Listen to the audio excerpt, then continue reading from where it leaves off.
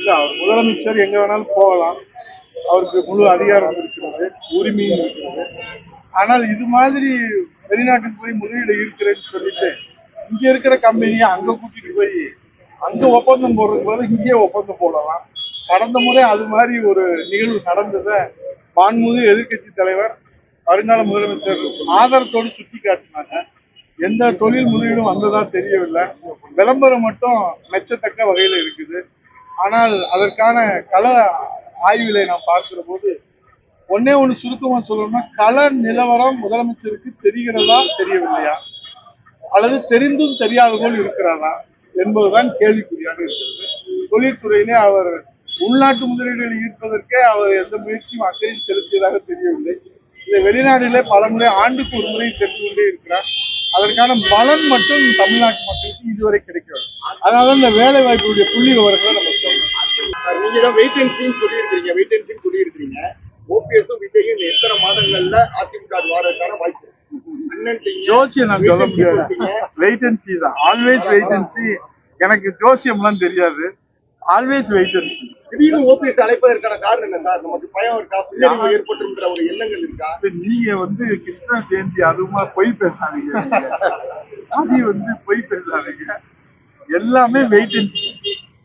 இப்போதைக்கு ஒரே இது இப்போதைக்கு ஒரே ஒரு எழுச்சி பயணம், வெற்றி பயணம்.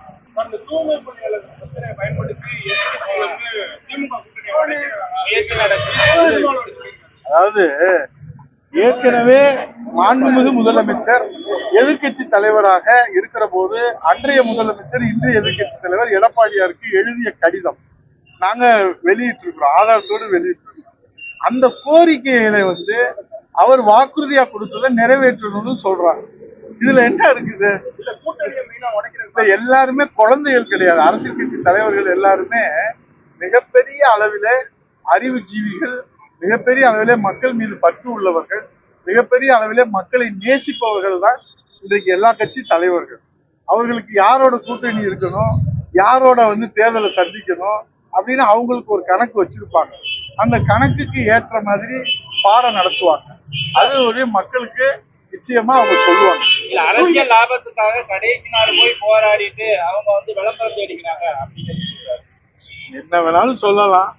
நம்ம ஒரே கேள்வி, நீங்க எதிர்கட்சியா இருக்கிற போது கொடுத்த வாக்குறுதிகள்ல ஆளுங்கட்சியா முதலமைச்சரா வந்ததுக்கு பிறகு நிறைவேற்றினீங்களா இல்லையா? தூய்மை பணியாளர்களுக்கு எதிராக நீதிமன்றத்தில் வழக்கு தொடர்ந்தது சேகர் பாபு ஒரு ஆதரவாளர்கள் திமுக காரங்க மாதிரி ஒரு குற்றச்சாட்டு. நீங்க அதான் டிடெக்டிவ், நீங்க தான் அதை கண்டுபிடிக்கணும்.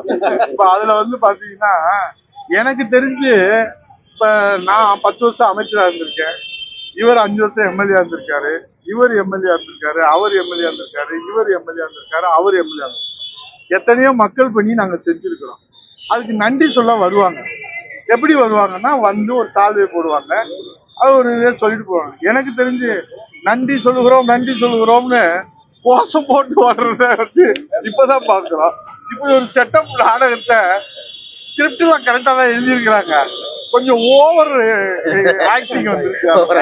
அது எல்லாமே வெளியே பட்டவத்தமா வெளியே தெரிஞ்சிருச்சு. நான் என்ன சொல்றேன், நீங்க நன்றி சொல்றது உள்ள போய் முதலமைச்சரை பார்த்தோன்னு சொல்லணும். நடிப்புல யாரும் குறைஞ்சிடக்கூடாதுன்ற மாதிரி அவங்க அங்க இருந்தே கோஷம் போட்டு வர்றாங்க. இவர் என்ன சொல்லி கொடுத்துருப்பாரு, உள்ள போய் கோஷம் போடுகிறான்னு சொல்லியிருப்பாரு. இதுதான் ஆக்டிங் சொல்றோம் நம்ம, வேற ஒண்ணும் சார். எல்லாமே யதார்த்தம், உண்மையை மறைக்க முடியாது. ஏன்னா பட்டவத்தமா மக்களுக்கு தெரிஞ்சிருச்சு. என்னதான் நம்ம ஆட்டம் போட்டு என்னதான் அதை டிராமா பண்ணாலும் மறைக்க முடியாது. உண்மைதான். உண்மை ஒரு நாள் சுடும். 52 கொண்டு அதிமுக ஆட்சியில தான் 15 மண்டலங்கள்ல 11 மண்டலங்கள்ல தனியார் மயமாக்கணும் அதிமுக திரும்ப நாங்க இருக்கிற போது அவங்களுக்கு தேவையான வசதிகளை செய்து கொடுப்போம். எங்கேயாவது போராட்டம் நடத்துனாங்களா? இப்ப சம்பளமே தரலன்றாங்களேப்பா, அதுதானே கேக்குறாங்க அவங்க. எங்களுக்கு சம்பளமே வரல, எங்க வேலையை நிரந்தரம் செய்யுங்கன்னு கேக்குறாங்க. சொன்னது யாரு? இன்றைய முதலமைச்சர், அன்றைய எதிர்கட்சி தலைவர், அண்ணன் அப்பா தானே அவரு, அப்பா ஸ்டாலின். அவர் என்ன சொன்னதுதானே கேக்குறாங்க. இப்ப இதுல நீங்க ஏன் சொன்னீங்க? நாங்க இருக்கிற போது எங்கேயாவது குப்பையை கூட்டாம இருந்தாங்களா? இல்ல போலி துப்புரவு பொழியாளரை கூட்டிட்டு டிராமா நடத்தணுமா? கிடையாது. அது பிரச்சனை இருந்தா அது தீர்க்கணும். டயா பூஸ்டர், சுகருடைய ரிமோட் கண்ட்ரோல் இனி உங்க கையில. அனைத்து மருந்து கடைகளிலும் கிடைக்கும். செய்திகளை உடனுக்குடன் தெரிந்து கொள்ள கீழ்கண்ட கேபிள் மற்றும் டிடிஎச் நெட்வொர்க்குகளில் எம்நாடு செய்தி தொலைக்காட்சியை காணுங்கள். பாதகம் செய்பவரை கண்டால் நாம் பயம் கொள்ளலாகாது பாப்பா. மோதி மிதித்துவிடு பாப்பா, அவர் முகத்தில் உமிழ்ந்துவிடு பாப்பா. அண்மை செய்திகளை உடனுக்குடன் தெரிந்து கொள்ள இணைந்திருங்கள் எம்நாடு தொலைக்காட்சியுடன்.